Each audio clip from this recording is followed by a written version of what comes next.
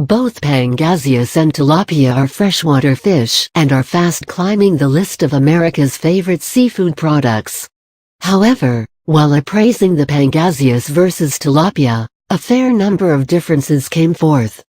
An interesting fact: tilapia is also referred to as St. Peter's fish. It is believed to be the fish fed by Jesus to over 5,000 people in the fish and loaves miracle as mentioned in the Bible. The juvenile Pangasius are also known as the iridescent shark. Tilapia is not the name of one fish, but an umbrella name for over a dozen species of the cyclid fish, while Pangasius is a term used to refer to a variety of imported freshwater basa fish. Both tilapia and Pangasius are freshwater whitefish, which are bred for consumption in the global market. Both fish are characterized by similar traits and have their origins in tropical regions. They are easily adaptable to various production systems and also acceptable to low-quality feeds. However, the differences between them far outweigh their similarity. Pangasius tilapia. Pangasius tilapia. The origins: it first originated from Upper Laos and is a native to the Mekong River, which includes the regions of China, Laos, Cambodia, Thailand, and Vietnam. It is native to Africa, and is today one of the most widely bred fish globally. The Nile and Mozambique species are the most commonly bred ones. The identification: they belong to the catfish family, have fins which are dark gray or black, and are silver in color and have no scales. The young ones have a black stripe which runs along the lateral line and another stripe runs below the lateral line. They also have a shiny, iridescent skin, which is why they are also called iridescent sharks. Fully grown adult Pangasius are uniformly gray, and do not have either the stripes or the iridescent skin. The adults can grow up to 4 feet in length and can weigh a maximum of 97 pounds. The Pangasius can live for 20 years or more. It has a small head, but a tall profile. It is generally bluish-gray in color and has light vertical stripes. It has a thick body and a light-colored belly. It can grow on an average of 2% of their body weight. They are likely to gain 1 pound for every 1 pound and 50 pence of food they consume. They can grow to an average of 18 inches in length and weigh up to 1 pound. The Nile or black tilapia, blue tilapia, and Mozambique or red tilapia are most commonly bred. Although the names imply different colors, the color of the edible portions remain the same. They are omnivores and eat all kinds of live, fresh, flake foods.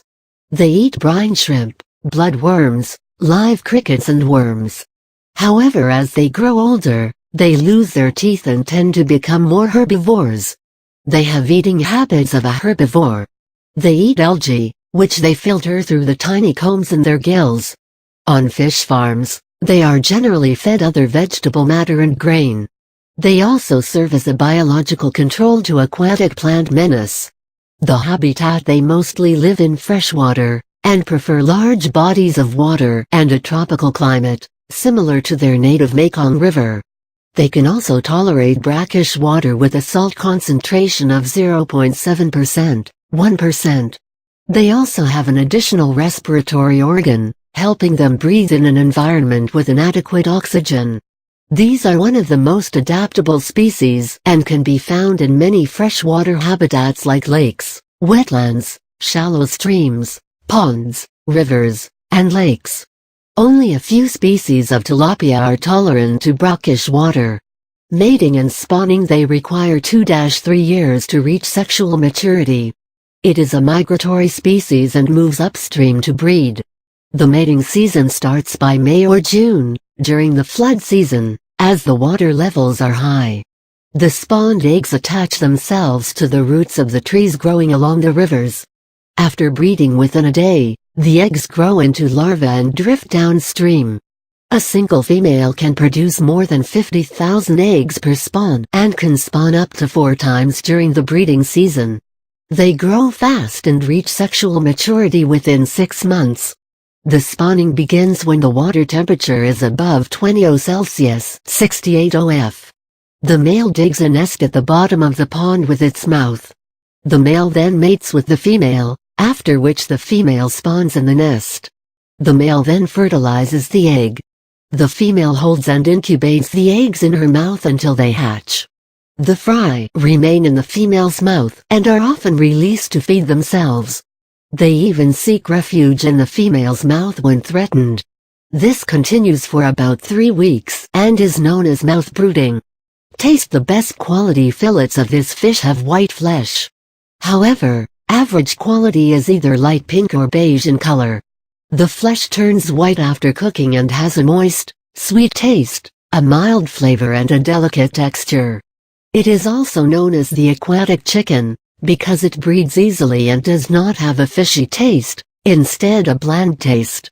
It has no taste of its own, but it adopts the taste of whatever ingredients are added.